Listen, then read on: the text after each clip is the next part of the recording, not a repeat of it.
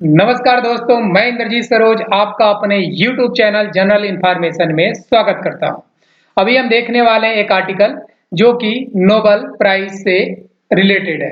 इसका मतलब ये एग्जाम पॉइंट ऑफ व्यू से बहुत इंपॉर्टेंट है और आपको पता भी ये भी होना चाहिए एक सामान्य जानकारी के रूप में कि ये जो पुरस्कार होते हैं किसने पाया, कहाँ पाया और कैसे पाया, किस चीज में पाया, विज्ञान किस चीज में तरक्की कर रही है। जी पिछला वीडियो पिछले दिन एक हमने आर्टिकल कवर किया था जिसमें फिजिक्स में नोबेल पुरस्कार मिला था। जो दो लोग को मिला था, एक नाम था उनका जोन्स हॉपफील्ड और दूसरा नाम था उनका जियोफ्रे हिंटन्स। जी फिजिक्स का पुरस्कार दो लोग को मिला था, दोनों का नाम एच से शुरू है, तो आप अप्रोक्सीमेट शुरू कर सकते हो कि जहां से एच मिले इसका मतलब आप फिजिक्स बोल सकते हो।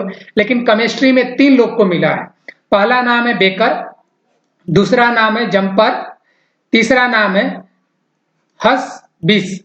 जी ये तीन लोगों को केमिस्ट्री में, रसायन विज्ञान में नोबेल मिला। इन तीनों लोग को प्रोटीन डिजाइन करने और संरचना की भविष्यवाणी करने के लिए इनको मिला है। और दोस्त पिछले कल में जो फिजिक्स में मिला है वो मशीन लर्निंग में मिला था, जो कि आर्टिफिशियल जी क्या जीपीटी चैट था जो उस पे मिला था और एआई पे मिला था, राइट। तो फिजिक्स में मशीन लर्निंग पे साफ शब्दों में मिला था और केमिस्ट्री में किस में मिला, प्रोटीन डिजाइन करने के लिए मिला इनको, जो कि उसके प्रोटीन के संरचना को ये भविष्यवाणी कर रहे हैं कि ऐसा कुछ होगा। यही चीज हम पूरे आर्टिकल में देखने वाले हैं। नोबेल प्राइज किसको किसको मिला है ये चीज हम अभी देखेंगे, और किस तीनों ये कहां से आते हैं, किस देश से हैं और क्या है। अमेरिका के कल दोनों लोग थे, आज हम देखेंगे कि ये तीनों लोग कहां से बिलोंग करते हैं। चलिए दोस्त आर्टिकल शुरू करते हैं। और हाँ दोस्त, आपसे रिक्वेस्ट है कि ऐसे आर्टिकल देखने के लिए प्लीज दोस्त चैनल को सब्सक्राइब करना, वीडियो को लाइक करना, दोस्तों में शेयर करना। आप चैनल जरूर सब्सक्राइब करके हमें मदद कर सकते हो। आपका एक सब्सक्राइब हमें मोटिवेशन देता है, सपोर्ट करता है, बहुत सारा उम्मीद देता है, तो शायद मैं और बेहतर से बेहतर कर पाऊं। बेकर जंपर हसबिस को प्रोटीन डिजाइन करने और संरचना की भविष्यवाणी करने के लिए रसायन विज्ञान में नोबेल मिला है।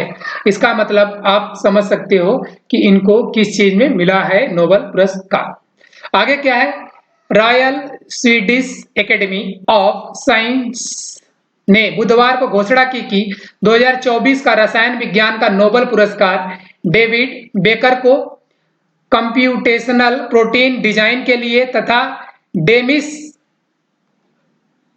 हसबिस और जॉन जंपर को प्रोटीन संरचना भविष्यवाणी के लिए दिया गया है। मतलब प्रोटीन संरचना भविष्यवाणी के लिए इन दो को मिला है, किसको, डेमिस हसबिस और जॉन जंपर को प्रोटीन संरचना के लिए दिया गया है। बट कंप्यूटेशनल प्रोटीन डिजाइन के लिए किसको मिला है, इस आदमी को मिला है जिसका नाम है, कहां गया, डेविड बेकर।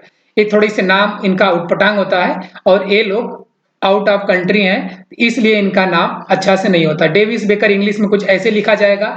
उसके बाद दूसरा जो नाम है ये है डेमिस हसबिस और तीसरा नाम है यहाँ पे जोन्स जंपर। आप इस तीनों चीज को देख सकते हो। और ये किस एकेडमी से बिलोंग करते हैं, तो ये रॉयल स्वीडिश एकेडमी से बिलोंग करते हैं, जो कि ऑफ साइंस अनाउंस ऑन इतना।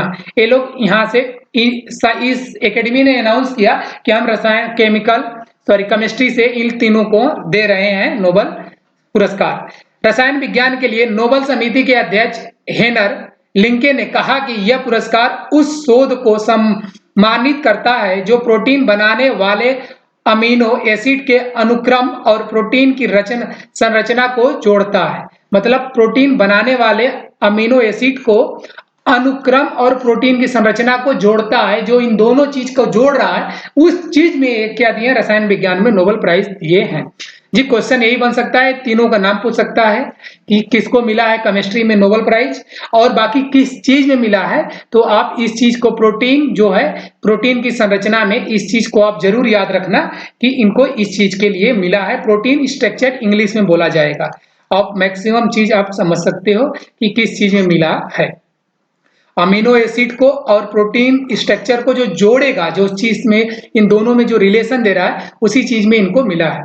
श्री बेकर ने एक टीम का नेतृत्व किया जिसने 2003 में कस्टम सॉफ्टवेयर विधियों का उपयोग करके एक नया प्रोटीन डिजाइन किया। ये 2003 में ही डिजाइन की। देखिए, नोबेल पुरस्कार जो प्राइज है एक दिन में नहीं मिलता या एक साल में नहीं मिलता, बहुत सालों का रिसर्च होता है, उस पे जाके ये मिलता है। तो इसका मतलब इस चीज पे 2003 में ही कर दिए थे, योगदान जो था इनका उपयोग उसी टाइम कर रहे थे, लेकिन अब ये जाके इनका नंबर आया, अब इनको मिला। उन्होंने और अन्य लोगों ने इस विधियों को पुरस्कृत किया और ताकि विशिष्ट अनुप्रयोगों के लिए डिजाइनर प्रोटीन का रास्ता दिखाया जा सके। जी, और तरीके से ये डिजाइन करके इसे रास्ता दिखाया जा सके, सब कुछ सही हो, इसलिए इनको इसमें मिला है। तो ये बहुत साल से चीज आ रहा है। पिछले बार भी हमने देखा था एक 2000 में फिजिक्स वाले में 2000 उन्होंने इस चीज को किया था, और जो पहला नाम था, और उन्होंने कब किया था? 1987 में। तो इसका मतलब इन लोगों को इतने लंबे लंबे सफर के बाद 2024 में इनको प्राइज मिल रहा है, किसी को फिजिक्स में, किसी को केमिस्ट्री में। इट मीन्स आप समझ सकते हो कि 20 साल 22 साल के काम करने का नतीजा ये चीज होता है। रसायन विज्ञान नोबेल समिति के पूर्व अध्यक्ष जोहान एक्टविक्स ने श्री बेकर और अन्य द्वारा विकसित प्रोटीन की विविधता को विलुप्त आश्चर्यजनक कहा, और कहा कि ऐसा लगता है कि आप इस तकनीक से लगभग किसी भी प्रकार का प्रोटीन बना सकते हैं। जी, ऐसा इन्होंने तकनीक अपने यहाँ व्यवस्थित कर लिया है, बना लिया है, व्यवस्थित का खोज कर लिया ऐसे तकनीक का, जिसे किसी भी प्रोटीन को बना सकते हैं, जिस भी प्रकार की प्रोटीन की जरूरत पड़ेगी। श्री हसविस और श्री जम्पर को पुरस्कार का दूसरा आधा हिस्सा अल्फा गोल्ड 2 नामक एक कृत्रिम बुद्धिमत्ता मॉडल विकसित करने में उनके योगदान के लिए मिला। मतलब आधा जो हिस्सा इनको मिला इस चीज के लिए मिला, जो लाखों प्रोटीन की संरचनाओं को भविष्यवाणी कर सकता है।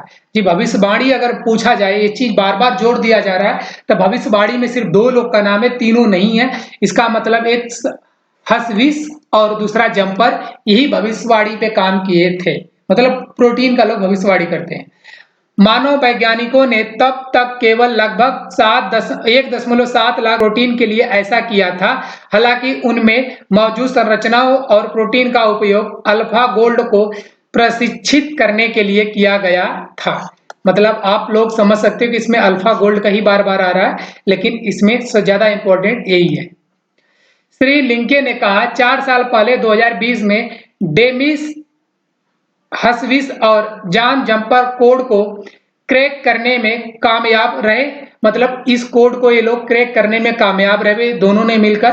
कृत्रिम बुद्धिमत्ता के कुशल उपयोग से उन्होंने प्रकृति में अनिवार्य रूप से किसी भी ज्ञात प्रोटीन की जटिल संरचना की भविष्यवाणी करना संभव बना दिया है। मतलब कैसी भी प्रोटीन हो, उसकी संरचना को भविष्यवाणी ये लोग करने के लिए संभवतः बना दिए हैं। श्री हसविस और श्री जम्पर को नोबेल पुरस्कार इसी कार्य के अपेक्षाकृत जल्दी लगभग 4 से 6 साल बाद मिला है।